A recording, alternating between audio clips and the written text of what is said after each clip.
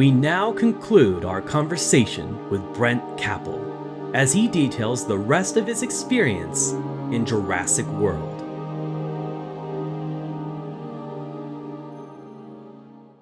So how did this all lead into your time working in the Hammond Creation Lab as a scientist?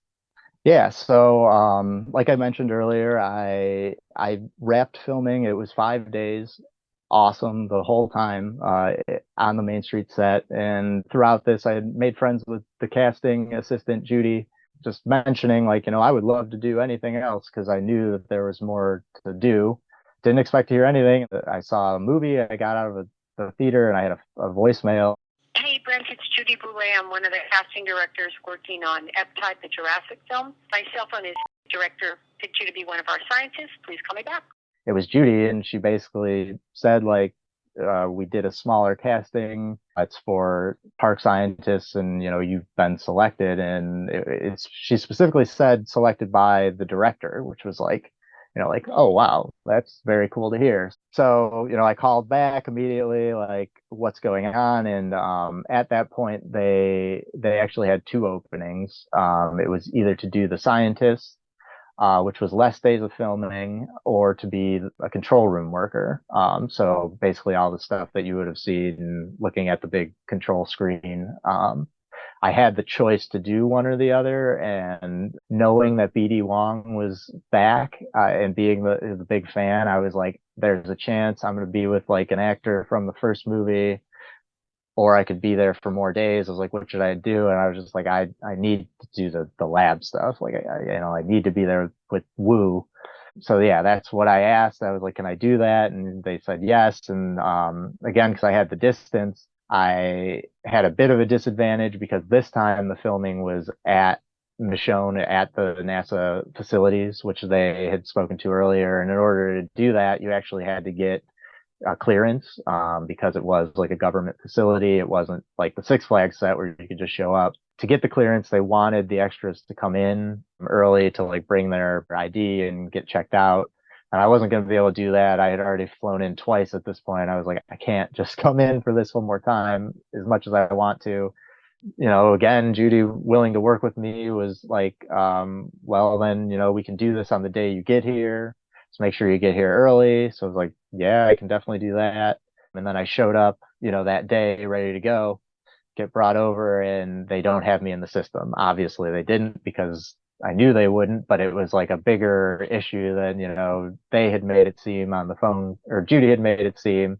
And obviously she wasn't, directly related to that in any way. It just ended up happening that I wasn't in the system. So they brought like all the extras on and like kept me back. And I was like, I don't know if I'm going to be able to make it in. Like, I don't know what's going to happen. And then they eventually did process my badge and I did get to go in. But so I was contracted to be a scientist. But when I showed up, because I hadn't been fitted, they didn't have the longer jackets, which are what the scientists are wearing in the movie. So there are two outfits for the people in the labs. If you pay attention, there are longer jacketed long sleeves, and then there are short sleeved button ups.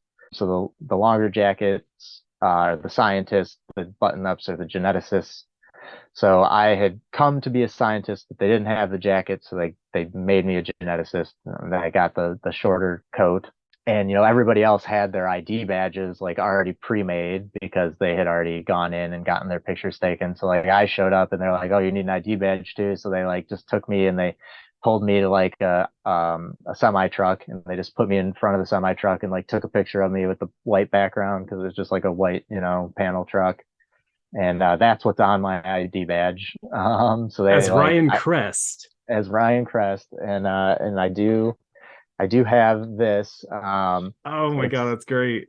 It's a reproduction which a fan helped me make, and we tracked down these are the original holders that they used for filming, so we were able to track those down.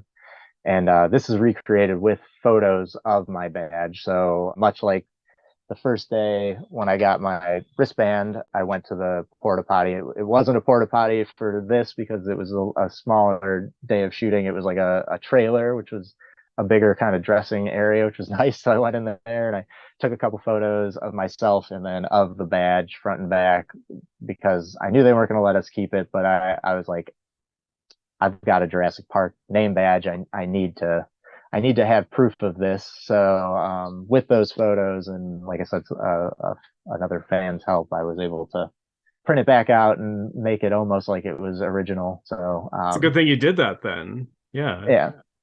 Totally. And it was very, just surreal to get a badge again, just being the fan that I was of the original. Like the name badges were one of those things that just felt iconic. Like since I was a kid, I always wanted one of those, and now it's like, oh, here's my actual face on one of these, and I didn't have to just make it.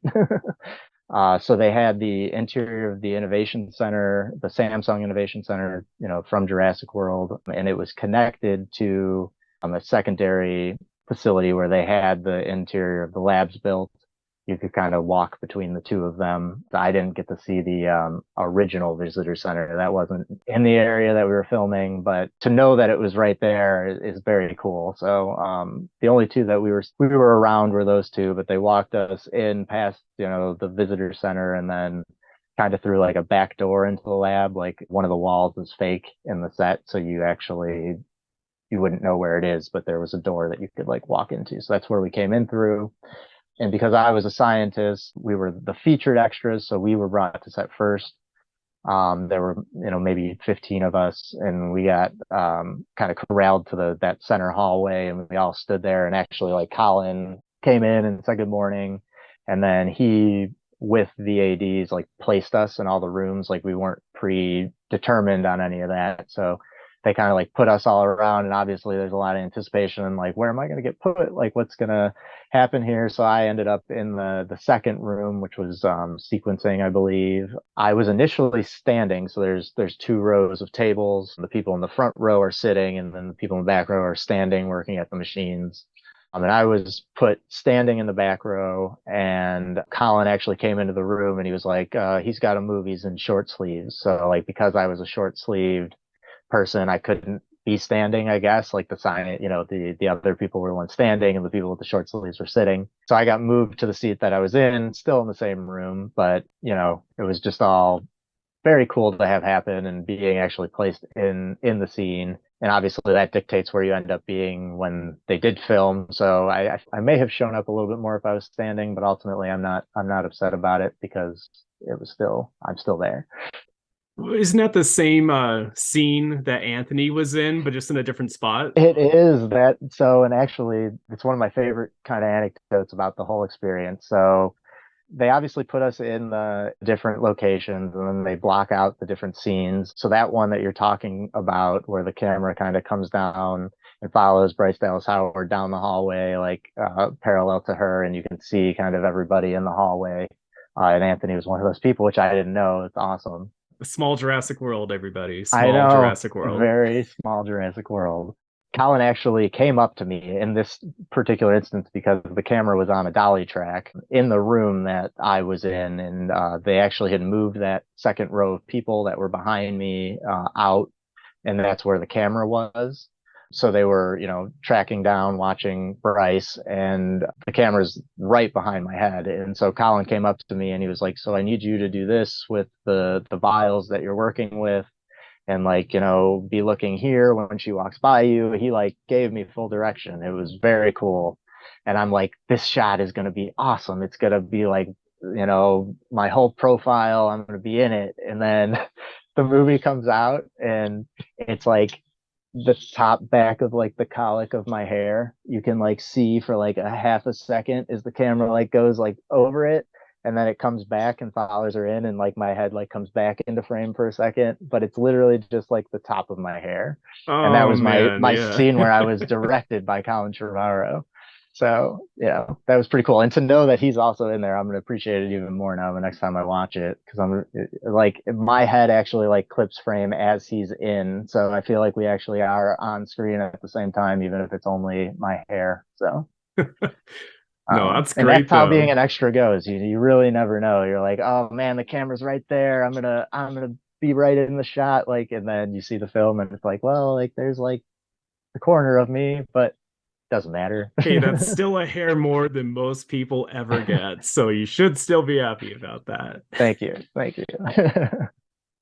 Another thing that, not everybody would know, the intro to the film, when the egg is cracking and you see the Indominus Rex coming out and its sibling next to it in the lab, they filmed that the same day we were all doing the rest of the lab scenes, kind of during an intermission where we weren't in the room. But there is a scientist in the background of that shot. You can't really see all of him, but he's in the doorway, kind of chest down. And, fun fact, he was an actual geneticist that they had on set teaching all of us how to use the equipment that was throughout the lab. So he actually, for the first hour of the day, kind of went to every extra and showed us how to use the machine that we were working with. He was a really nice guy, and he does actually appear like a lot on some of the websites, both the Jurassic World and the Mizrahi one. I think you can kind of pick him out. The only actual scientist or geneticist in the lab, and he's in the first shot of the movie. So kind of fun to know that. Yeah, it's crazy. I didn't realize that they actually had a real geneticist on the set, and that really gives it some gravitas, if you will. Yeah, we really knew what we were doing with our blue liquid because of him. They were doing a lot of behind the scenes stuff outside of the actual filming. So they would have us pose and do certain things, while they were setting up the camera for the practical filming. They were kind of having us do this stuff in the background. That was part of why we were considered like featured, because we were doing more of that than just the waiting to be in the scene and then leaving set. Which was cool. We got to stay on set almost the whole day.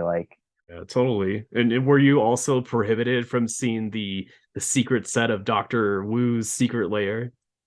So that actually the second day. So I was on set for 5 days, Main Street, and 2 days for the lab stuff. So the second day of filming for the lab, we broke for lunch, and they were prepping part of the shoot in the actual lab proper in a way that we couldn't go in through the door that we usually would. So they brought us in through the secret lab. And it was the day they were prepping to film the Hoskins death, I think. So they brought us through there, and when we did, they were putting in the creatures like in the tanks, like how he had like the lizard and the snake with the 2 heads and things like that. Those were all there, and they were putting them in that day. And I did see the computer monitor at that time, and it had an early rendering of what would have been the Indominus. We didn't know what it was called. I found out that day while filming that it was called the Indominus. Up to that point, I believe everybody had been calling it the Diabolus Rex, something along those lines. So that was like one of my first things, like on set that day. Like I was, right next to Bryce and BD Wong when they're talking about bigger than a T-Rex and all of that. That was like right next to me. So I'm sitting there listening like, what is this? What are they talking about? Like, this is what this movie's about? Like, it's the Indominus Rex? Oh my, so that was all very cool to just be like finding out actually from like Claire like told me the name of the, like told you directly. Yes. Yeah. Well, yeah. So did you get to see BD Wong like you wanted to? I did. So I was very lucky to be placed in the room that I was in. It's not like the room that any of the primary action really takes place in the lab, but we're kind of like right behind it in most instances. So he actually prepped his lines in that room before he appeared on screen the first time. So we were all, the 4 of us in the room, the scientists were just sitting there, and he kind of walked in from behind us, and he was just like hanging out, and it was taking a while to set up. So he did end up just kind of like speaking with us, small talk, but it was just very cool to just be like, I'm talking with Dr. Wu right now in a Jurassic World lab. He even seemed like impressed with just the degree to which they were fleshing out everything like within the lab and within like just the sets there in general. Like he specifically talked to us about the safety glasses that we had on because they were branded, I believe, like Smith and Wesson. And, he's just like, every single thing here is branded or it's Jurassic World related, and he seemed like he was impressed. Like, like I just can't believe the amount of detail they're putting in, to this. And to speak to that, I did have a couple things too that I brought home. It was an experience that I didn't want to forget. So one of the things, it's very small, and I don't know if you're gonna be able to see it on camera, but it's there you go. Oh, These were nice. on like all the lab equipment in the lab. They're just little barcodes, but they say Jurassic World, and they have the logo. And it was things like this that he was marveling at. Just like, they didn't need to do that. You would never see that on screen, but it made it feel like that much more of a real living place for the actors. It's weird to say that, myself included, but the people that were there, like, make believing that this was happening, they did everything they could to make it feel lived in. Yeah, Ed Verreau's production design on Jurassic World was insane. I don't understand how they didn't get any Oscar nominations for its production design at all. Like, it's just so incredible the detail that they put in every single set in that film. I just astonished, honestly. I mean, they really created a whole world beyond what you see on the camera. Yeah, just the amount of wardrobe they had to put together for the park guests alone, like, astounding. Yeah, it's crazy. No, and I think we all appreciated the attention to detail for, this kind of comeback for Jurassic after so many years. The scene where Wu comes in at the end of the movie after everything's kind of gone bad, and he's telling everybody to break it down, and when Maserati walks in, actually, I believe that was the last scene we filmed, and they put us all in the hallway again, like they did in the first day, to kind of block the scene and put us where we needed to go. And I got walked in, and I got put into the center area, which was the room with the incubators with the eggs in them. And there was a cart, like a tall standing cart that had racks also with the eggs on it. And I was told to stand behind, or next to this, and I was going to walk with the cart like forward while the scene played. And I was like, yes, I'm in this shot. Like, I know I'm gonna be in this one. It's the last one we're doing. Awesome. And they're blocking it out. They're putting more people in, and then it wasn't Colin, but one of the ADs walked up to me, and they're like, you're gonna have to, sorry, but we got to put this person here. You're gonna have to move. And I was just like, kind of heartbroken. And I got like brought off, and I brought back to the hallway and waiting to see if I would get put back in. But then I see who they put in my spot, and it was Derrick Connolly. So it was the writer. And so he was in the scene pushing the cart, and they filmed it, and he did it the whole time. He was, going back and forth like an extra would. And then in the movie, he's not in the movie at all. They cut that part of it. So even if it was me, I wouldn't have been there. And, they ended up putting him in, and he got cut out. It was just No like, harm, no foul. yeah, no harm, no foul. It was an interesting way to like end it, because after they like were like, this is everybody, there were like 5 or 6 of the scientists that weren't needed, so we got put to like the end of the hallway, and we just sat basically like under the John Hammond statue, and like got to watch them like film that end of that scene. There were like boxes of eggs just like sitting there, like, I was just like, that's just so cool, thinking back to Jurassic Park 3 and like the stealing of the eggs, and just like, it felt like being on a Jurassic set, like all the times you see them throughout, the series, and it's like, oh, they're there, and they had barcodes on them, which was pretty cool. One other thing too about the labs that's just kind of more of a funny side thing, but they looked so cool, like visually, the way they were constructed with the glass walls and the glass partitions and everything being so visible. But like practically, that lab would never work, because people were constantly walking into the glass, because like you couldn't see where they were. So there were multiple times where like a PA like walked into one and actually like dislodged it, and they had to like fix the wall and like stuff like that, because they were so clean, they had to be to film, that you couldn't really see them half of the time. And yeah, so you'd just be sitting there and you just hear thud, like bonk. Yeah, that'd be Somebody way too walked into the dangerous in glass. real life. Yeah. When we would break for lunch, we would get to go sit outside of the lab, which was the bigger area, which had the set built for the Innovation Center. It's a very large hangar again, so there was plenty of space outside of the sets that they could have like chairs and things for extras to be sitting at. we were sent over there. I mean, I grabbed a chair and I brought it like right to the entranceway of the innovation center, like so I could look in. We weren't supposed to go into it, but they didn't say anything about like just looking into it. I'm just sitting there eating my food, and then out of nowhere, somebody like comes up behind me and just goes, "Hey, what are you doing?" And I like, uh-oh, like I guess I'm not supposed to be here. And I turn around thinking it's going to be like an AD or somebody just asking me to move. And it was Chris Pratt. And he just kind of like goes, like he gives like a smirk, like I got you kind of thing. But that it was just, yeah, I got like trolled by Chris Pratt, right? Like, what are you doing? I'm like, oh my God, it's Owen. Like, I didn't know his name in the movie at that point, right? But now I do. Yeah, it was Andy Dwyer that did it. He trolled Yeah, you. exactly. So what other props did you have? Yeah, so I did show that a bit earlier, and they were very stringent on their prop policies, so we weren't supposed to take anything. But again, I mean, this was a once in a lifetime thing, and I knew I would never have the opportunity to have some of these things again, so I did bring a few things home, so I guess I could show those off. A couple other things from the lab. This was, one of the vials of DNA that I was working with. Kind of cool to have, and they actually did. You might be able to see have UPC codes on the bottom of all these things that did link to Universal's website if you scanned them.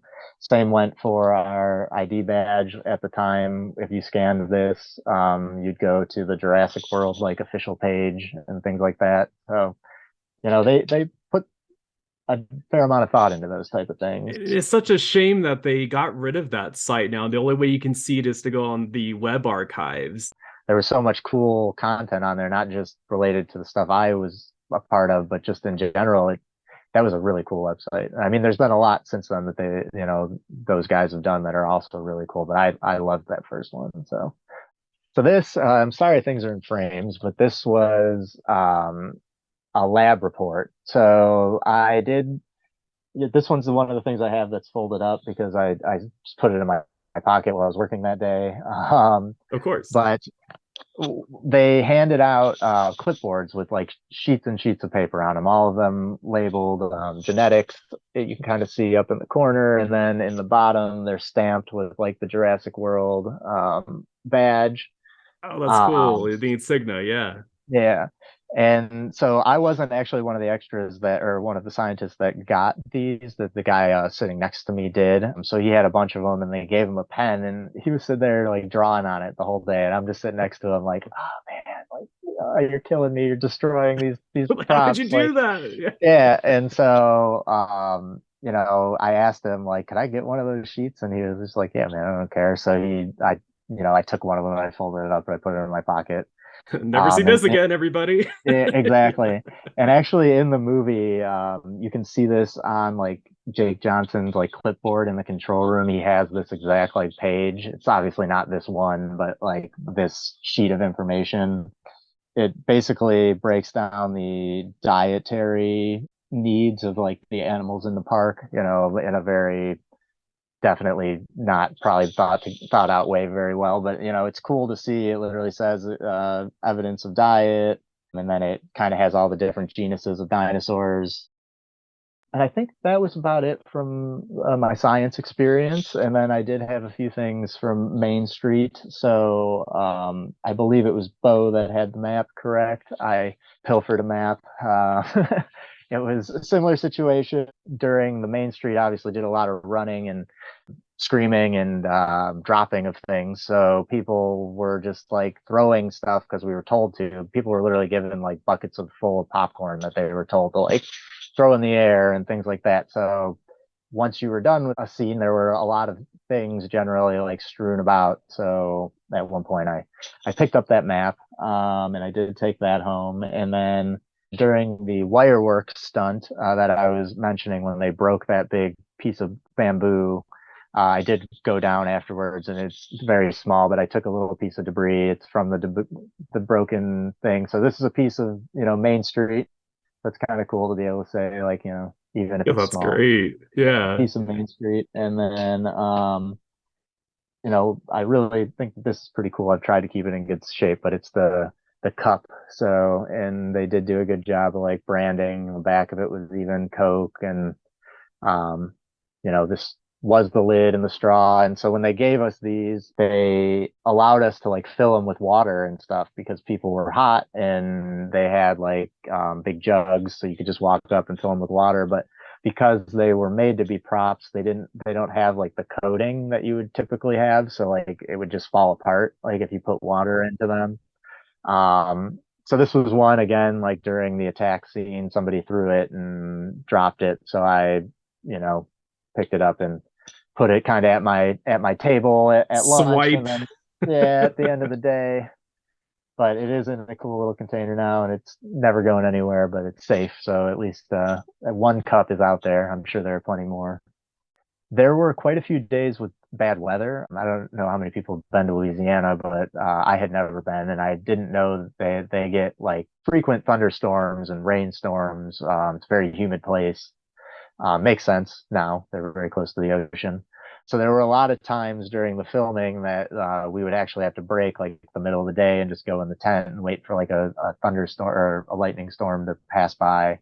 And so on this particular day, they actually had to shut down production early because the power went out. So we all got brought back into the tents. I mean, we had to go through the wardrobe, like I had mentioned, and then into the prop department to return our props. But we were in these tents in the dark because the power was out. So we're in a big long line. We're going through, and like right before I get into the prop area, I see this thing on the ground, and I pick it up, and it was one of the park worker hats, the paddock security. So there's the scene where Zach and Gray are like driving up to the fence. There's the two guys on the paddock wall, and they're like, I've never seen this one before, or whatever they say. They're wearing these hats. It's not ACU, but it is, just a park hat. So yeah, I think it was probably somebody who didn't turn it in the wardrobe booth, and they got to the prop area and they were like, "Oh, I'm not supposed to have this," and they just threw it on the ground. And so I picked it up and I was like, "Well," and I kind of put it under my arm and I just walked through and Like, nobody said thank you. anything. And yeah, so mistakenly or not mistakenly, because it didn't mess it up in any way, but I did wear this for like a solid, couple months after filming because I was just like, this is so cool. And then I'm like, no, I should not wear this. It too is in a case, usually, but I took it out for this. So The collector in you uh, was like screaming, like, why did I do this? Why did I wear this for so long? Oh my God. why am I doing this? Um, so yeah, and that would be everything that I did borrow. And I'm sorry that I did it. If anybody's watching, don't judge me. When you finally saw Jurassic World in movie theaters, what did you think of it? So I got to see it a little bit early. I was living in Burbank at the time, so very close to Universal, and they did a press screening. So it wasn't like a premiere. It would have been awesome to be at that, but I did get to go to a press screening. So I went with a friend, and so many different emotions. Like all of us, even people that weren't actually related in the movie, like just waiting that amount of time to see it, there were so many expectations. But I'm happy to say when I saw it, I did enjoy it quite a bit. Like I had mentioned, kind of knew a lot of what to expect, more so than some people did, just because of the scenes I was around and had filmed. So I knew some of the ways they were going, and maybe it didn't kind of it wasn't as jarring for me as it may have been for others. But I really I loved it. I remember walking out, talking with my friend, just going, I think this thing is gonna, blow the socks off of people. Like both of us kind of talked about it. It just felt like the right kind of popcorn blockbuster. Not the same as Jurassic Park in any way. Like, Jurassic Park is probably, in my opinion, the best blockbuster because it's more than that. It's just a good movie. But I think Jurassic World, by definition, is just a fun popcorn, go have a good time movie. And maybe that's not what the series always was, but like I appreciated that for that moment. So, and then obviously the box office did prove that people were pretty excited about it. So, and then we went to the theater and we got to get in the theater first, like all, 20 or 30 of us got to watch it with all those people. Like I will never forget, like the first time you see me in the lab, my uncle like saying out loud, "There he is!" Like, "Oh, I can see him!" Like the whole There's that theater, you know, guy. like, yeah, like a full packed theater opening night, like all of these people that have no like don't care, they're not there for this, and then like he yells, "There he is!" um, yeah, those are very personal experience, but very very fun. It's something that I'll cherish forever, and a very cool way to see Jurassic Park 4 when you've been waiting for it since you were like 13. So um, Especially when you rewatch the movie now, it's almost like watching a home video of like a time in your life and something that you were taking part in that was really exciting and eventful for you. And it's like you'll always have that kind of memory to cherish it just from watching a movie that millions of other people have been watching. So exactly, yeah, it's very interesting or very cool perspective. Yeah, I'll stop bragging about it, but it is always awesome. no, I mean, honestly, any fan who might be a little jealous or, a little bit like, why couldn't it have been me? I'm not saying I've had those thoughts before. No, never. But in case you Sorry, are, Derek, I should have messaged you then. no, but I mean, that's what I'm saying, though. It's like everyone could put their mind into yours at the time. It's like they would all react the same way. They would be blasting it everywhere as much as they could because why wouldn't you? You're a fan and you're excited and you were in it. You lived the dream basically. So it's like why wouldn't you? So I totally get it. Thank you for saying that. And again, that's part of what I really appreciated is knowing that like this isn't a singular thing. There were many fans who, unbeknownst to all of us, like we all made this decision to do this. And, many of us actually were able to. And that's pretty crazy to hear to those guys' stories who I didn't even, interact with while I was there, but we were both there, because we loved these movies. And I'm very or privileged to have had it, happen. Who would have expected, right? From that Dan's JP3 posting to ended up on set, it just still kind of can't believe it. It's been 9 years and I still pinch myself, right? Yeah, no, I mean, I don't blame you. I mean, and hats off to Dan's JP3 page and places like that for like bringing people together, especially during the dark ages when there was Before nothing. now, And yes, yeah, yes. it's the 30th anniversary of Jurassic Park this year, so people are being really reflective right now when it comes to reminiscing their time with the franchise, if you will. So, how did you get involved in becoming a Jurassic Park fan in the first place? Well, I was pretty young when the first one came out, so I was a dinosaur fan, basically since I can remember. And my parents at the time didn't let me see it in theaters, so I actually grew up more seeing the toys on the shelves, at that time of release. So I have a very fond memories of the young T-Rex. That was one of my first kind of Jurassic items. A year later, I think they made us wait at that point in 1994. The VHS came out, and I did get to see it almost immediately then. I have very, very vague memories of, an argument between my parents when my dad brought it home, and my mom still being like, "He's not ready," and I'm like, "Yes, I am." So I did get to watch it. Again, being young, I don't have like the most vivid memories other than that it was instantly my favorite movie, and I watched it till that VHS basically fell apart. Same went for The Lost World, and I got to see that one in theaters. So, and a little fun fact, it's kind of my favorite. I know that might be controversial. I love them all. Blasphemy! You I can't say know. that. Oh my God, people are gonna be pitchforks over here. I'm sorry. I'm sorry. I mean, it's not the best of them. It's just my favorite. So that's what I will say. No, you're not alone. I know plenty of people that actually do prefer The Lost World, so I get it. Cool. Good. I'm not alone.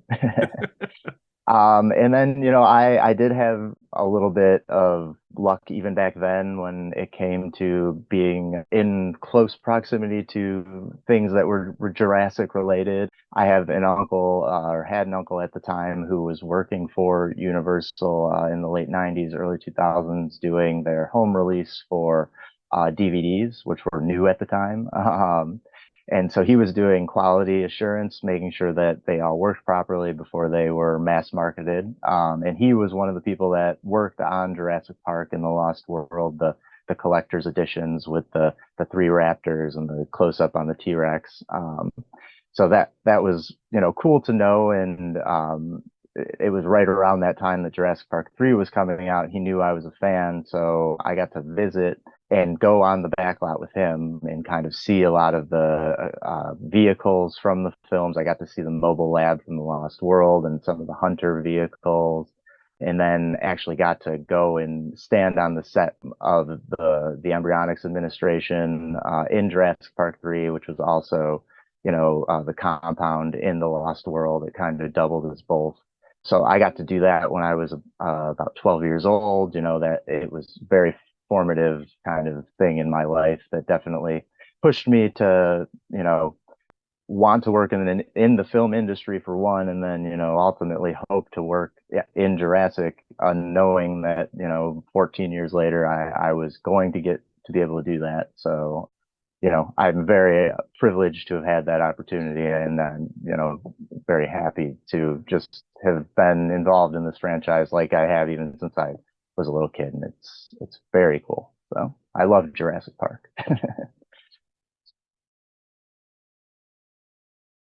I had a fantastic time looking back with Anthony Feliciano, Bo Monarch, and Brent Kappel at their incredible experiences on the New Orleans sets of Jurassic World. For them, it was an adventure that felt like 65 million years in the making, creating memories that they will never forget. Their recollections help preserve a time and a place that will be forever remembered for fans to marvel. If you'd like to learn more about the untold stories of Jurassic Park, please visit Jurassic Time, featuring John Hammond's memoir program, Rick Carter's illustrated audio drama, and much more. This has been Derrick Davis.